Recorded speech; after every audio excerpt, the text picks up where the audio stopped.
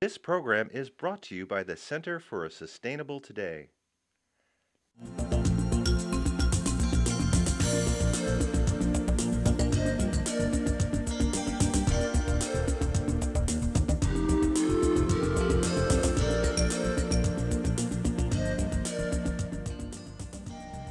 Our world is an amazing, complex living organism, and we coexist in a symbiotic relationship.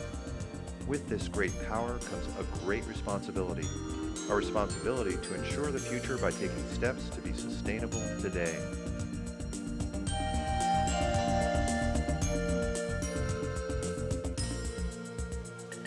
Here is the host of Sustainable Today, Jean Valman.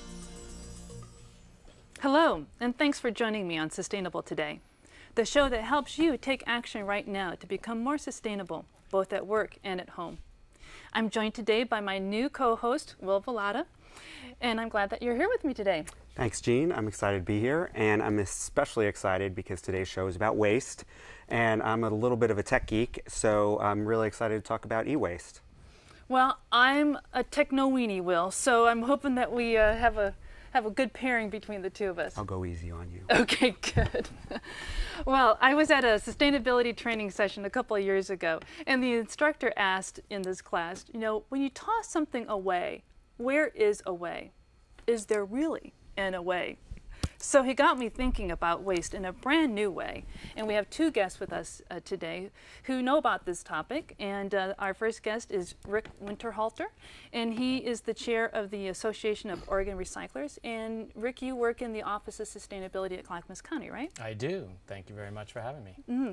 And we also have Greg Sampson, who's the National Programs Manager with CRT Processing, the company that's managing the state's new e-cycling program. Welcome, Greg. Thank you. Great. Well, before we start talking with our guests, there's a little bit of news that we want to go through today. Mm-hmm. And the first item that I learned about is that Sustainable Industries is reporting that Washington's Puget Sound Energy is actually turning garbage into energy. They're doing this by capturing the methane gas from decomposting garbage that goes to the landfill. And they're going to generate enough energy to power 24,000 homes and reduce emissions in the equivalent of 22,000 automobiles, which is pretty impressive. Yeah, that's every year, right? Every year, wow. Once a year, right. And it's just another example of how we can take something that's unusable, like garbage, and turn it into something that's sustainable. Well, exactly.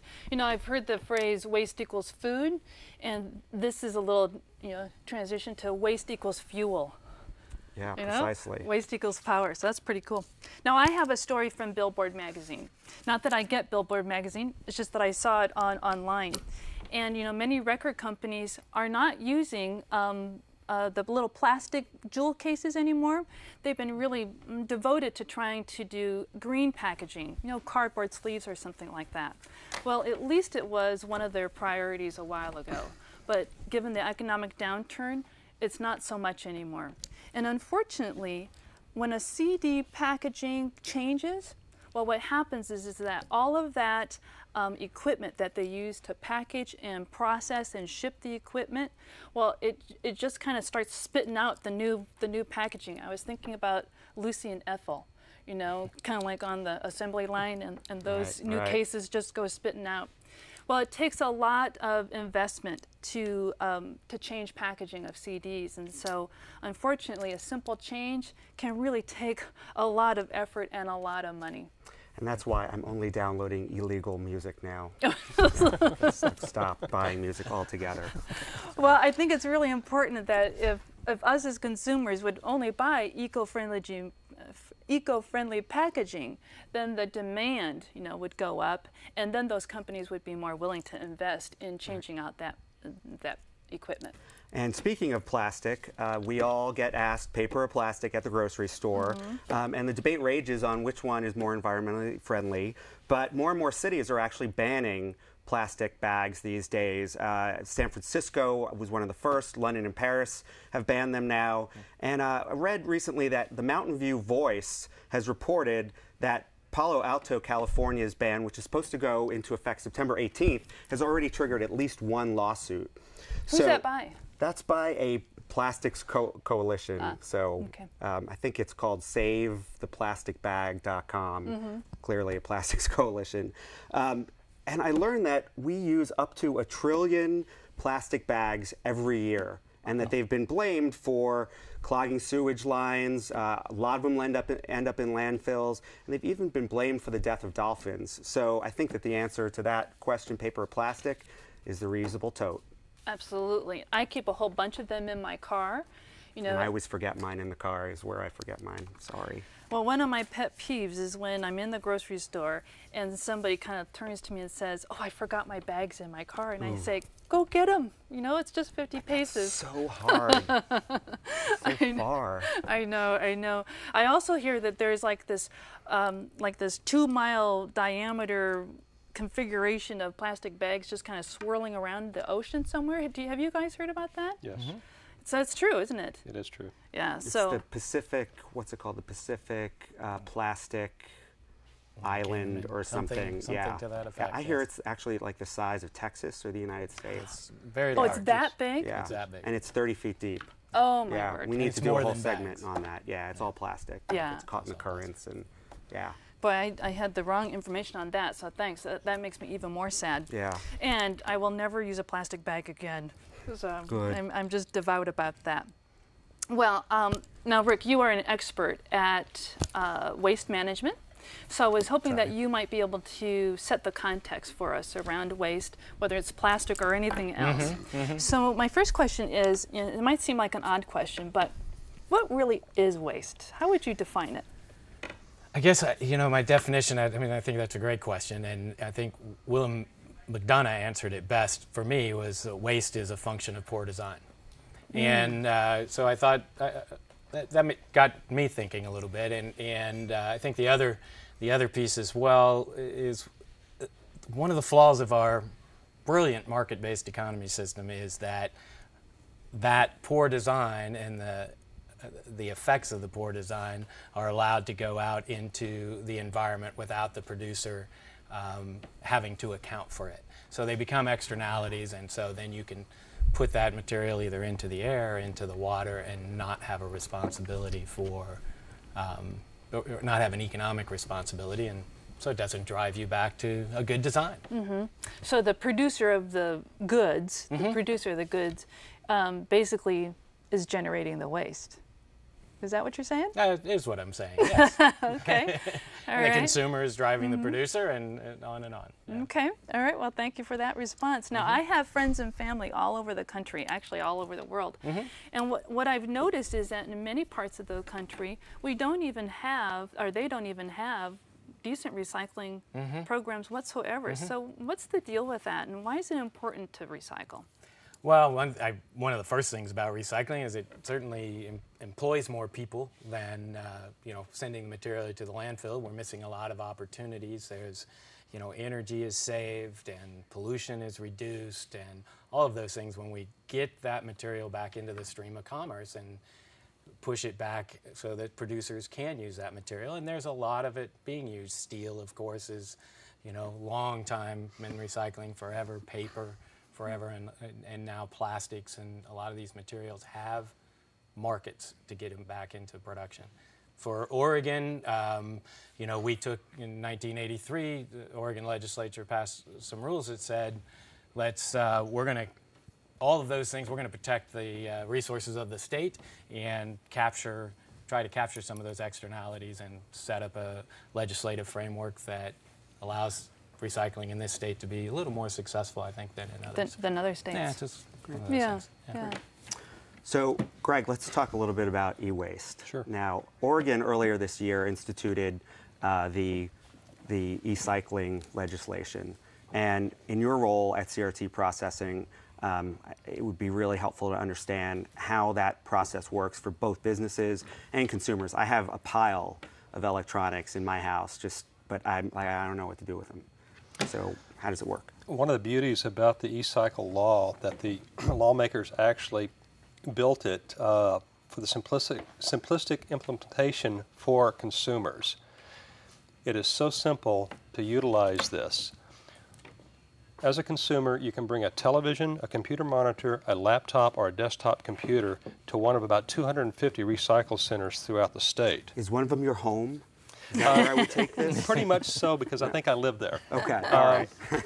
And that it's real easy to find these locations by simply going to the DEQ website. Okay. On the Oregon e-cycles. Just simply click, type in your zip code, and up comes a list of approved collection points. Those collection points then simply send the material to an authorized processing center, which we are one of those. Okay. Okay, great. And what are the benefits? So, you know, I drop it off at your home, like I said, and then what happens to, you know, why is that better than going into the landfill? Basically, there's quite a few different reasons why you don't want to put it into a landfill or drop it off at the local wherever, and you don't know where the material is going to. First of all, the space it takes up in the landfill, plus there are some toxins that are in the electronic waste material, and eventually that does break down in the landfills. However, another one of the reasons is e-waste itself, electronic waste, is a great source of raw materials. Right. For example, for the materials that are recovered out of 1 ton of computer waste material, it offsets 17 tons of mining of raw ore. Oh, wow. That same amount of material, from 1 ton to 17 tons of an impact on the earth. Right, right. Not just the impact, but the carbon footprint. Right, right. So essentially, what we're doing is not only recycling, but it's a way of mining as well. Right. Because not only do we recover aluminum, steel, tin, plastics, but also precious metals, gold, silver, palladium, these type of things. Not a great amount of it, but it all goes into a very large pile of recoverable materials that simply go right back into manufacturing. Okay. Well, that makes me think about, you know, the responsibility of those toxins. How are we sure that those are handled appropriately? Under the state plan, there are approximately 4 different plans, and we represent one of the manufacturer's plan. We do not represent the actual state contractor plan. But all plans work in conjunction with each other, where the collectors send the material that the public brings to them to an authorized recycling center. These processing centers go through a very stringent pre-testing, insurance, downstream auditing, this type of things, to ensure that the materials are being handled and that properly, as well as they can be tracked, and that they're not ending up in some expose video. Right. Right. Like the one on 60 Minutes. Which we just saw. Yeah. Exactly, Right. exactly. That Right. was a perfect example of some of what is referred to as the sham recyclers. Okay. And that's what you want to stay away from. Okay. Great. Well, I want to switch topics just a little bit because we're going to come back to the e-waste in a few minutes. Because it took public policy to make this move. So, Rick, I was wondering, what's happening to public policy vis-a-vis plastics, styrofoam, and, you know, the other kinds of items that are in the waste stream? In this state right now, actually, there's not a lot going on with those materials. Some of them are difficult to find markets for. There are some private marketers, for example, that are, or some private folks that are handling styrofoam basically from commercial sources. There was an attempt to do a plastic ban, or there was some discussion about plastic bag bans, but got away from that, and a lot of the local stores, as you know, have put out the reusable totes, as Will brought up earlier, and that really seems to be taking off, and people Finally. are really grabbing on to that, and so bet. we're kind of taking that approach right now. Well, I know that I actually bring my own little, you know, doggy bag in a little box when I go to a restaurant, but we can talk more about that later. Hey, so clearly we are not at a zero waste in terms of human society, so we need to be doing something different. And even though we're taking a look at some policies, you know, we're really behind in getting to that zero waste goal. So when we toss away our trash, it doesn't disappear. It goes somewhere, and where it goes is to a landfill. And in the metropolitan area, it heads down the pike about 140 miles to Arlington, Oregon. Now, it's a large landfill. It's managed by Waste Management Corporation, and they market themselves as the greenest solid waste handler in the nation.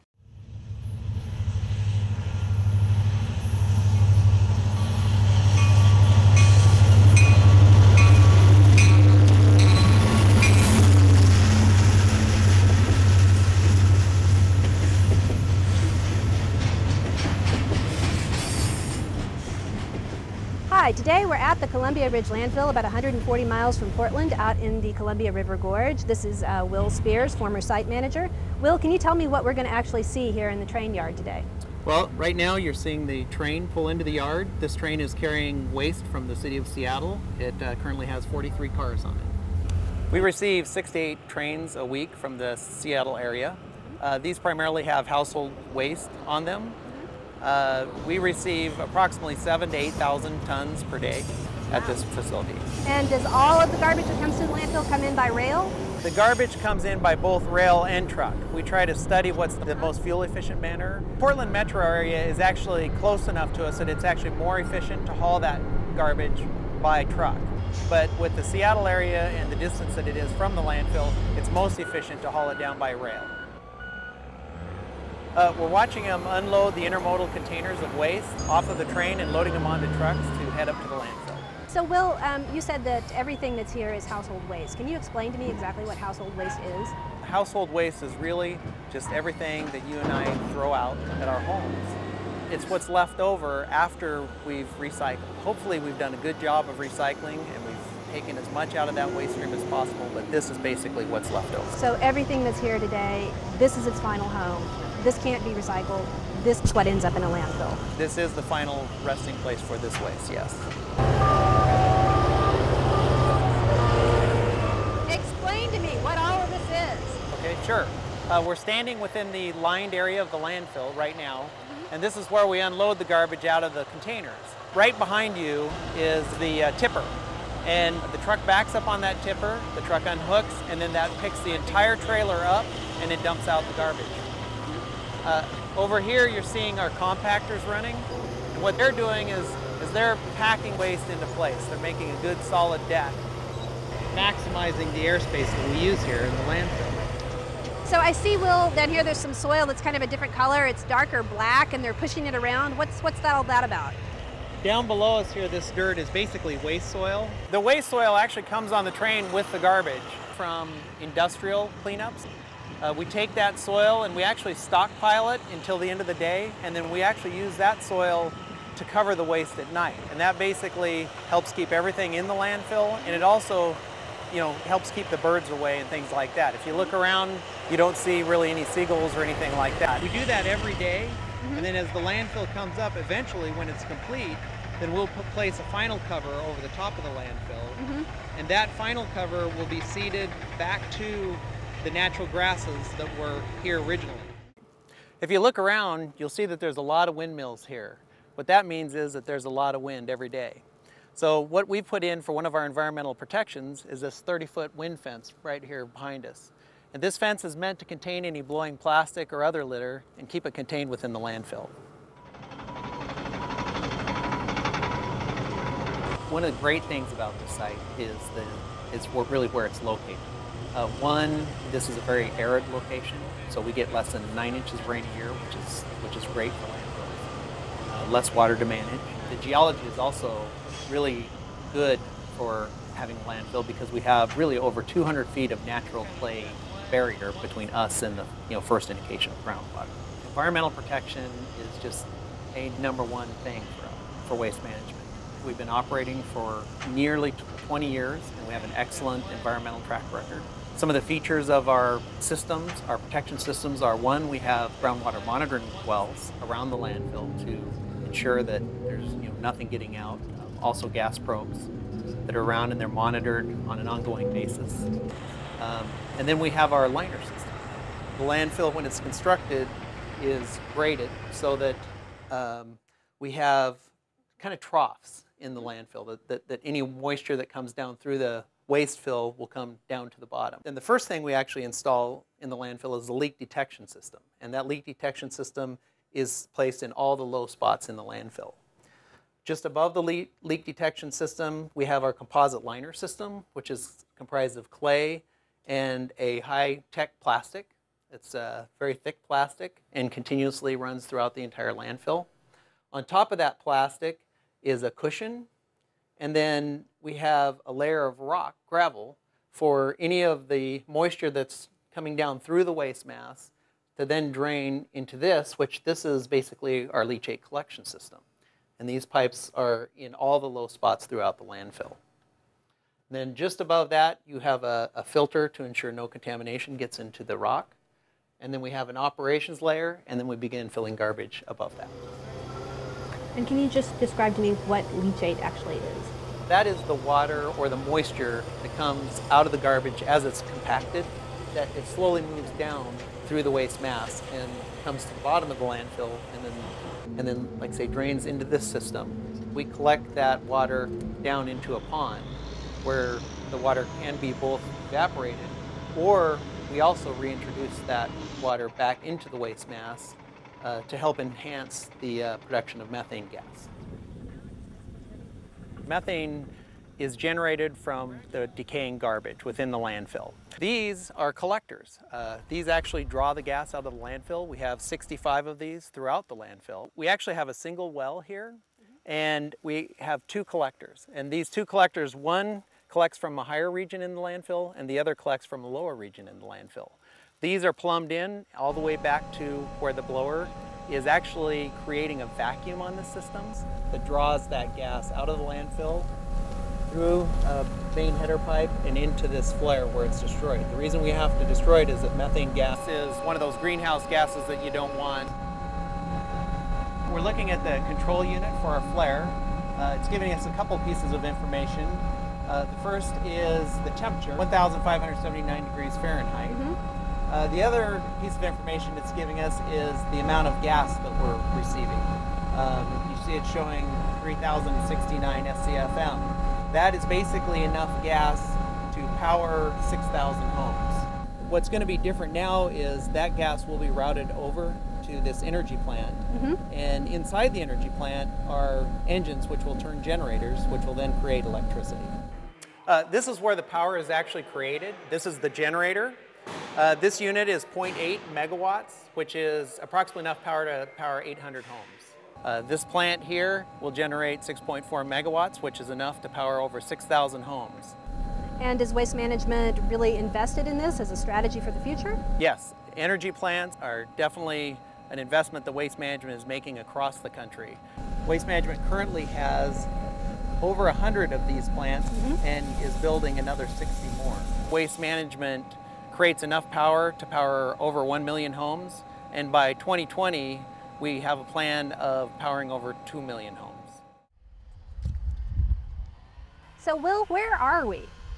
This is a good perspective of our site and a lot of the buffer property that we own. Waste Management owns 13,000 acres. 10,000 of those acres are really set aside for wildlife and agriculture. You also see the Leaning Juniper wind project that's behind us. We have 67 wind turbines on site. Those generate over 100 megawatts of power. So what are some other avenues that Waste Management is exploring that are both sustainable and profitable for them in the long term? We really see waste as a resource. Between the green energy and the recycling, that accounts for roughly 49% of Waste Management's annual revenues. Both of those are very important to Waste Management. But first thing is environmental protection. That's a number one with us. Up in Seattle, we have a large fleet of collection trucks, and we just recently changed all those trucks over to compressed natural gas to reduce the pollution in the Seattle area. With the recycling, we have just recently constructed in Washington County a processing facility to remove concrete, asphalt, cardboard, and any other metals or any other recyclables that we can get out of that waste stream. You've said that we're getting better and better at actually producing less waste, but with what you see actually coming into the landfill, can we do better? What can we do to do better? You are going to see that there are things that could have been recycled, but at this point, now that they've been commingled with the garbage, they're contaminated and can no longer be recycled. So that's why we go back to that point, that it's really important to separate that from the very beginning. There's always more that we can do, and really I think where that starts is at home. I think we can, if we can reuse things rather than throwing them away, if we can repair things rather than just going out and buying something new, if we can look to buy things that aren't heavily packaged. All those things are good things that we can do at home And I think there's more that we can do to improve upon that.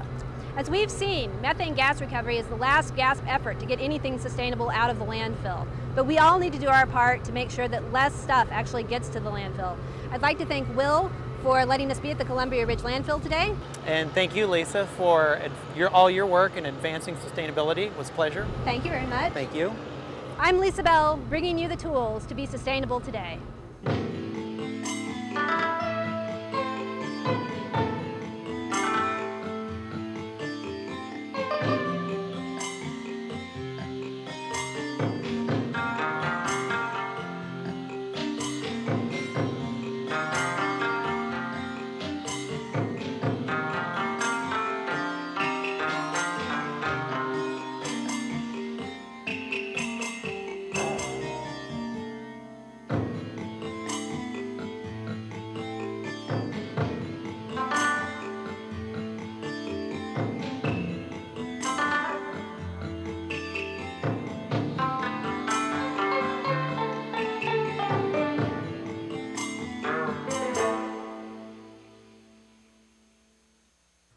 Wow, so it looks like a lot of waste is still ending up in the landfill, even though it appears like waste management is doing a pretty good job of handling the volume. So Greg, you talked a little bit about how e-waste is being diverted from landfills, but some of it still finds its way there. Can you explain what's being accepted as e-waste and what's not, and where are we going from here? Pardon me. The items, again, that are being accepted in the e-waste program for the state are televisions, monitors, laptop computers, desktop computers. So no cell phones? No cell phones at this time, or other electronics, such as printers, copiers, fax machines, this type of thing. Again, this law is in its infancy. Okay. This is the beginning of what I think is many things to come. And that for the recycling of items such as cell phones, printers, and this type of thing, those are fee-based. The reason that they're fee-based for the consumer is because under the eCycles program, that is actually funded by the manufacturers of those products. Okay. They are paying the processors and the collectors to collect and handle this material out of their own coffers. That covers those 4 items. Beyond those 4 items, there's no one covering the cost of that, and for items to be responsibly recycled, there is a related cost of overhead, labor, and in a lot of the items, there's not a lot of recoverable materials, such as the printers, you've got the plastics, and there's not a lot else to it. But it does require time, as well as employees and labor, to take apart this, to separate the metals and this type of thing. And are those costs then passed along, or are we seeing prices for electronics rise, or where's that money coming from then? As far as the manufacturer's program? Yes, right. Actually, it's built into the overall wholesale price of it. So I'm sure because there's a cost to the manufacturer, they're not going to do it for free. That will be passed on to the consumer, but you're not going to see it. Okay. And what are we supposed to do? Like with, you go through a cell phone these days, like one every year or 2. So when this reaches its end of life for me, what do I do with it? Do I put it in a drawer at home again and just let it sit there, or where can I take it? What can I do with it? Again, you can contact the DEQ website. Okay. They will refer you to recyclers in your area that can recycle these materials in an appropriate manner. But again, I want to emphasize it will be fee-based. So I'll have to pay to have this recycled. It'll be a very nominal fee. Right. Okay. There are occasions when there's a organization that puts on a collection process because they want to create a fundraiser. Correct. So I often look for those. Will, someone's collecting them, and then you donate to that organization, and then they get it to the right folks. I've also heard that there are organizations that'll give them to the elderly, or If you're talking about cell phones, yes, there's numerous nonprofit organizations that do recycle those for different types of. So one more question on this real quick is just, so what do the cell phone companies have to be convinced that they need to do this, or like how do we get the cell phone situation sorted out so that every cell phone, like every CRT now in Oregon, is going to be recycled? That would have to go through legislation. Okay. Right. Now, I actually wanted to come back to something you said a second ago, which was about the cost. So where do the costs, who handles the fees for the e-waste? Each one of the collectors or recyclers will establish their own fee, but again, it is a business, and so market demands and competition do set the prices. Right, right. Okay, thank you, thank you. Rick, I want to have one more question about you because this is of personal interest to me. I have a worm bin, and that's where all of my bio-waste goes from my kitchen. So what's going on with bio-waste in the state? It's like food waste, that sort of thing. We, here in the metro region, anyway, there is a compost program within the city of Portland, and we've been trying to grow that for the past several years. There are several, and we're hoping that there will be a processor in place here within the next few years. There are some activity going on that way so that we will have, you know, the goal is to have collection and to have the opportunity for residents to put their food waste into their curbside yard debris bin. So that's the goal. Oh, right into the yard debris. Well, that's the goal. You know, we're looking that way. We're trying to plan for that future. There's also some discussions going on right now with the water treatment folks throughout the region, and can we get the food waste into that system and generate some energy that can be used then at the plants to fuel the plants. And so all those discussions are kind of in their infancy. But well, I'm looking forward to that being in place. We are too. So what can each of us do to decrease our own waste stream? Well, our very own Jane Turville interviews a couple of local role models on a concept called pre-cycling. Jean and Dick Roy are renowned for producing, and this is amazing, only 1 trash can of garbage in an entire year. So let's have a look. Well, Jean, I am fairly new to Northwest Earth Institute, and I know before I started working at the organization, I was pretty pleased with myself about how I was handling basically the garbage that my husband and I created. I thought, hey, I'm doing a good job. Then I realized I'm not doing as much as I can, and I'm not really understanding the whole process of not only recycling, but something that you introduced me to, which is pre-cycling. When I think of pre-cycling, I think of pre-thinking before we make a purchase. Okay, what is going to happen to that item when I'm finished using it? So I kind of think of several different principles that I follow when I shop. And the first one is to take my own bags. Okay.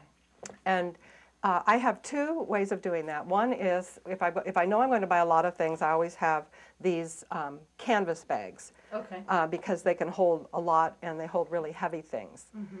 And then, but I also have in my purse a net bag. Oh, that's a good The one I have is not quite this big, but there are all kinds of different sizes of net bags. I know I have my own bags, canvas bags, and if I don't take them immediately back to the car after unpacking groceries, I'll forget them. Right. So this is wonderful. I figured out if I always take my own bags, I could end up saving 500 bags a year. So each one, you know, seems pretty small, but when you add them up, Cumulative total. it saves a lot of energy and materials. The second principle that I keep in my mind is to buy in bulk wherever I can. And we're fortunate that we have a lot of stores in the metro area where you can get items in bulk. A lot of people buy popcorn in these convenient pre-packaged containers. What I would do instead is I keep in my canvas bag all these bags. Oh, okay. So when I go, and they could be plastic, it's just I like paper. So when I go into the store, I fill my bag with the popcorn and put it in here. I bring it home and I pour it into my permanent container. And some people don't realize that you can even buy liquids in bulk, and I just brought this as a prop to remind me. You can buy oil, honey, peanut butter, soy sauce, all kinds of liquids, and this one is for shampoo. The stores that sell in bulk have new containers that you can take, but they expect people to bring their own containers as well. In fact, if I take my own containers, like I've explained to you, the store will take 5 cents off my bill. Oh, wow. Because they're saving a lot of money by not having to by my not using new containers. Another principle I keep in mind is to always, if I have a choice, to always choose the package that's more recyclable. Okay. So, for example, if I'm going to buy chili, and I have these two choices, one is to buy it into this with this plastic container, and I think there's even some kind of metal. Okay, so this has got plastic, it has metal, and then it has another kind of plastic. So I can buy it that way, or I can buy it this way, which is a steel can. And of course the price difference. This is 69 cents and this is $1.23. Wow.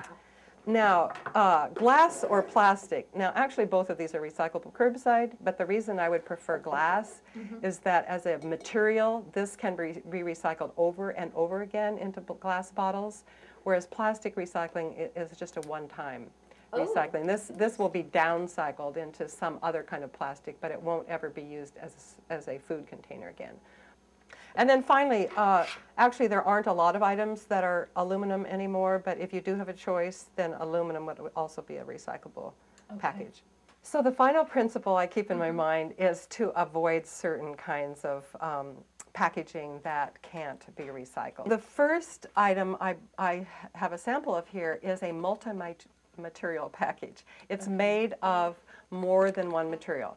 So this one happens to be aluminum and plastic. Yogurt containers, some yogurt containers have a peel-off top, and those are usually aluminum, aluminum and plastic, like this. Oh, right. Okay. So those can't go in recycling. Is there a quick and easy way to tell, or you just really kind of get... Like, I kind of tell by the feel, you know. It feels different than just plain aluminum. Then I would stay away from a blister pack. What I will do is leave this at the store. You know, let them deal with it. It's a statement that say, I don't want this, it's not recyclable. You know, it should go... Hopefully a message will go back to the supplier. A number of years ago, I was able to get our household garbage down to 1 can a year. And people always say, well, how do you do that? Yeah. Well, the first way is to just explore all the recycling opportunities that we have here in the metro area, not just curbside. You know, that's the easy part.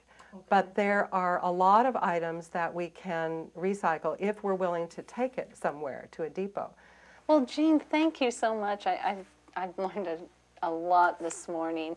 You know, I think we're going to go over to Market of Choice and meet Betty, one of our Northwest Earth Institute volunteers, and she's going to take me shopping. Here we are in the fruits and vegetables department to meet with Northwest Earth Institute volunteer Betty Shelley. And what can you tell me, Betty? One of the things that I try to do, which is something I learned from Jean Roy, is really think ahead of time about what I'm doing, being really conscious of the choice that I make, and when I want to get something, okay, is it in a package? Am I going to have to get rid of that package in some way? So I try to avoid packaging. I try to avoid taking any extra stuff. You know, all the stores provide these bags, which is a great service for us, but if we can not take them or take as few as possible and then reuse them rather than recycling them. With the fruit, I just would put it into my own string bag and then take it to the counter that way. A lot of times it's tempting to take a bag for an orange and a bag for a lemon and a bag for whatever. Kind of trained that and way, then you go we? home and you recycle those bags and you come back and you start all over and take them again. Yeah. There's really no need to do that. Also, you can buy carrots in bags or you can buy carrots loose. Right. So one of the things you can do is do a little math in your head, bring your calculator and see what is my most cost-effective way to buy this too, because one of the things that's nice is that you're going to save a lot of money in addition to cutting down on the packaging. In the meat department, one of the things I wanted to point out is again about conscious choice. You could get your boneless, skinless chicken breast in this larger package, and in some respects that will save a little bit of money because it's in a bigger bulk amount, but these packs are not recyclable anyplace, these styrofoam food trays, okay? So that's one thing, it's garbage. What I like to do is I buy my boneless, skinless chicken breast loose, and then the butcher can wrap it up, and I can, those little papers are of course garbage too, but at least I'm not concerned about what the plastic is maybe doing to my food. One of the things I consider when I'm purchasing the meat is getting as little waste on that as possible too. It's sometimes a little more expensive to get boneless, skinless. Okay. But you're paying in weight, you'll pay for the bones and the skin. If it's boneless, skinless, then I don't have to deal with that waste in my garbage. If I do, for some reason, get something with bones and or skin, then I put that in a plastic bag in my freezer until it's time for my garbage pickup. And I personally like to have a butcher to talk to and understand what's the best choice that I can make. So that's one of the things I think about in the meat department.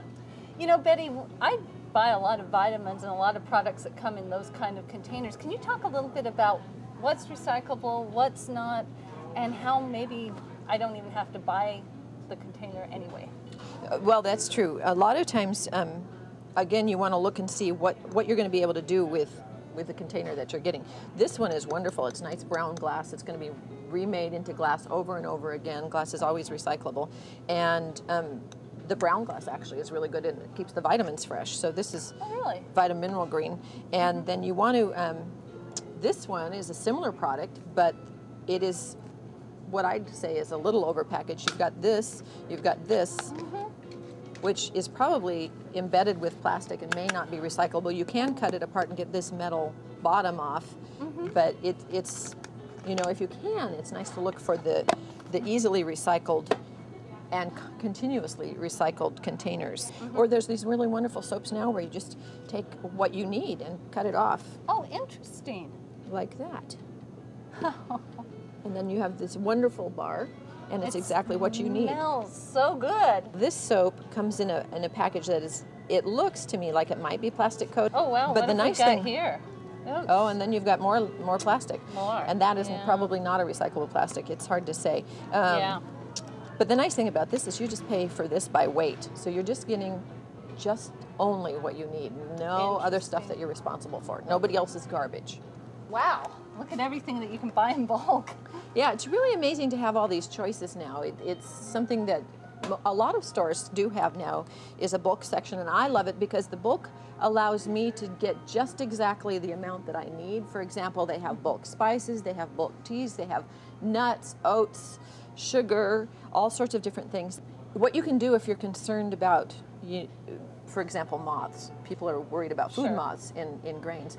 You can take it home, put it in a glass jar, and you put that in your freezer for just a couple days, and then no concerns. Okay. So that's a really nice thing to be able to have. Yeah, that's a good tip too. And you save a lot of money buying in bulk. This package, this is cashews, a small amount, and it's $2.69 for 3 ounces versus $6.49 a pound. This is going to work out to be about 80 cents for 3 ounces. 80 cents versus $3. I like that saving. A lot of the stores, if they have bulk sections, then they'll also have like body care products or Castile soaps, or in a lot of stores you can find also bulk detergents, bulk cleaners, bulk spray cleaners. So you can either get their containers and they know how much these weigh, and so you take them up to the counter, they weigh it. This is by the pound again. Or I bring my own glass container because I prefer glass. Okay. And I just mark on it the tare weight, and then they know how much it is. You go to the counter first, have them weigh it, and you mark that on your jar someplace, and then you've got the SKU number for the thing that you're buying, and you fill it up, and then you're avoiding packaging again. Jar. You know, another thing that I always have a lot of questions about are paper products. Can we go take a look at them? What really should I be looking for when I'm buying paper products? Well, I try not to buy paper products. I don't buy napkins. I use cloth napkins because I don't have to throw those away. One thing to keep in mind when you're buying paper is that the soft paper, like paper towels, tissues, napkins, are not recyclable. Even if they're clean, they're not recyclable because the fibers are too short. So they're garbage. So even if they're absolutely clean, you're not going to be able to put them in your recycling. Okay.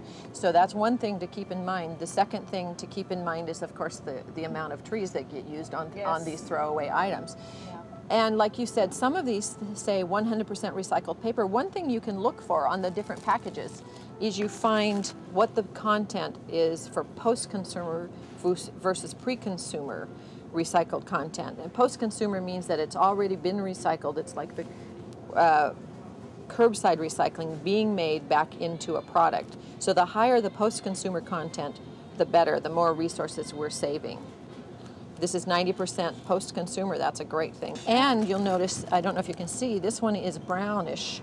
It's not bleached. The bleaching of the paper is a problem for streams, rivers, health in general because of the effluent that comes from that. Well, this has been wonderful today. We went to Jean's house and learned about her methods of reusing, reducing, and recycling. And then we came into the store today and learned so much from Betty about the products that we need to think about before we buy. Really thank you for joining us today, and we really appreciate your interest in the Northwest Earth Institute.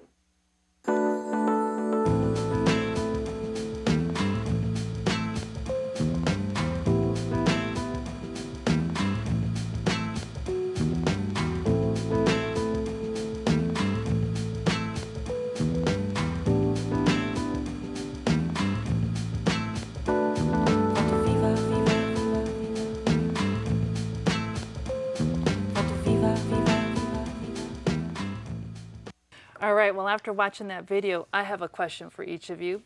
How much trash do you guys accumulate every year that heads out to that landfill? Guys? Come on, guys. Well, I can't claim to come close to Dick and Jean Roy, but for a family of 3, we do a 20-gallon can a week. So not bad. Mine's picked up twice a month. All right, that's great. Well, I was inspired about 1.5 years ago, and I first saw Jean Roy give a speech at a church, and I do 1 can a month of garbage, but actually there's only one little small bag in there. So on this month's Go Green with Jean, I'm going to show you how I'm going to beat that 1 can a year. Wow.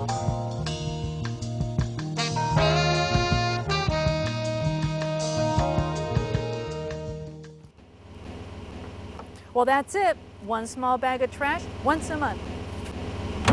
And it saves me about half of the garbage fees every month as well. You know, when it comes to recycling, you probably have heard the phrase, when in doubt, leave it out.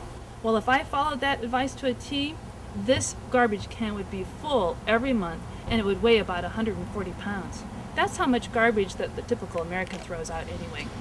So, how do I do it? Come, I'll show you.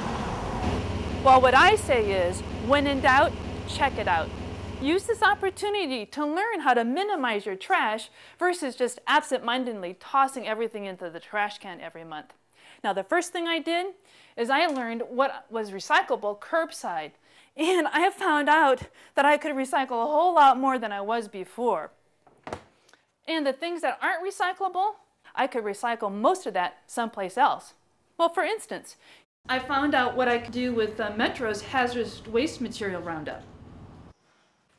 Plus, I discovered the Master Recycler's plastic roundup. They take all of this stuff.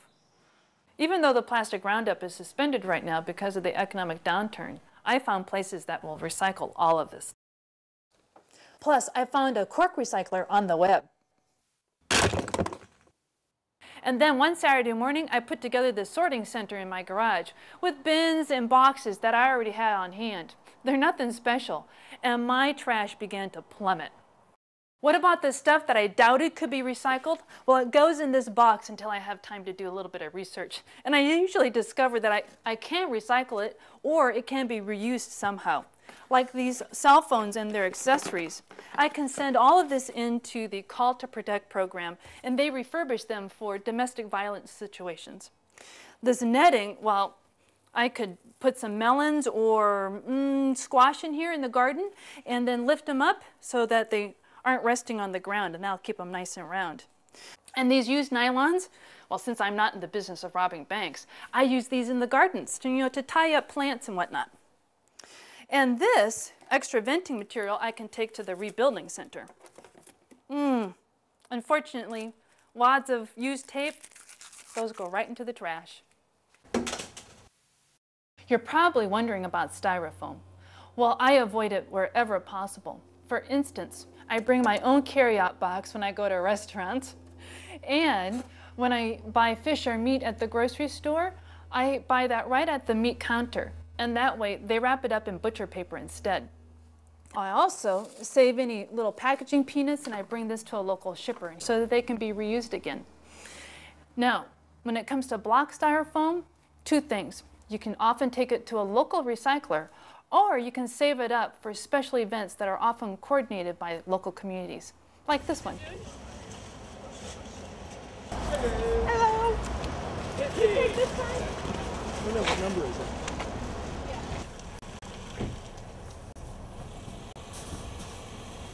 It's going to go to a business that's going to shred it, pelletize it, and then that becomes the raw materials for new plastic wares. So it gets another life, you know, as opposed to going into the landfill. Oh, we got it all from all of our neighbors. Brought it over and put it in our garage. Here.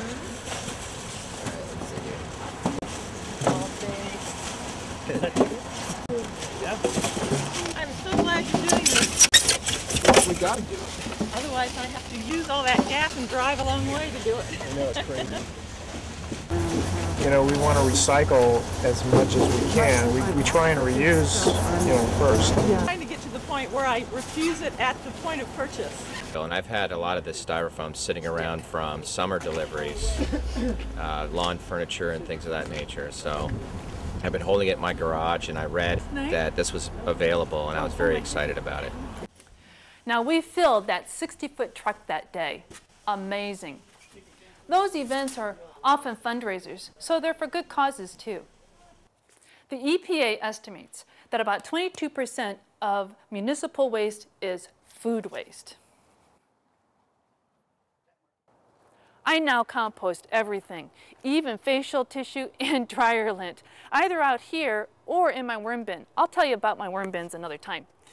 And coffee, I put that right in. It's considered green. I leave my grass clippings on the yard. But do you know what makes this really easy? It's a simple collection system throughout the house.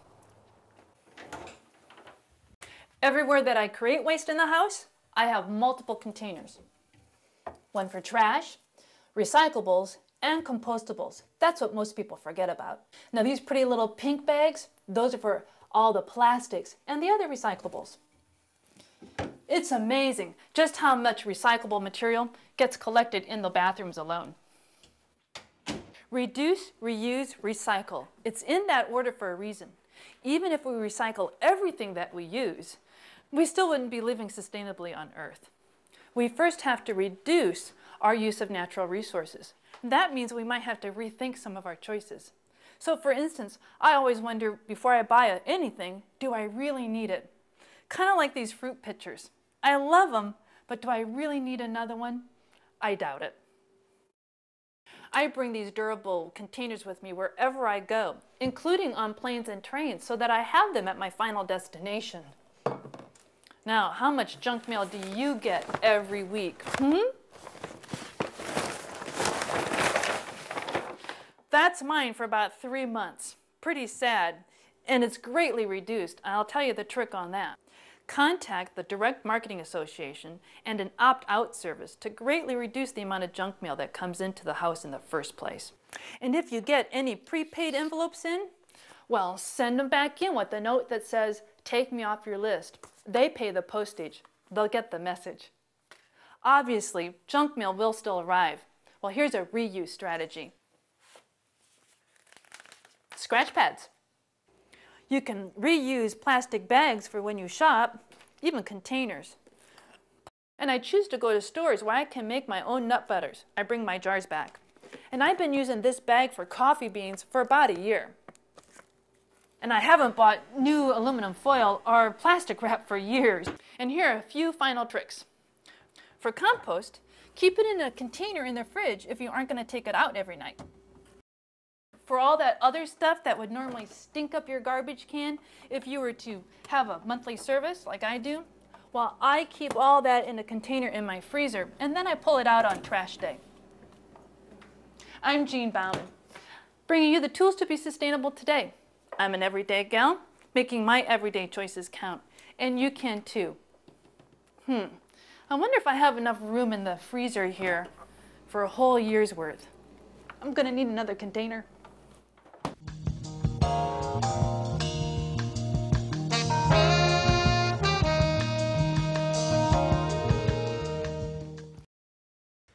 Okay, well, thanks again, Rick and Greg, for being here. Thank you. And let's wrap things up with a little bit of a mind teaser. So, is it even possible for us to get to zero waste? Rick? I think it is possible. I think it's a goal worth striving for, and I think we should continually try to improve our design so that we can reach that. Well said. You know, basic is a great concept, but like everything else, it's economic driven.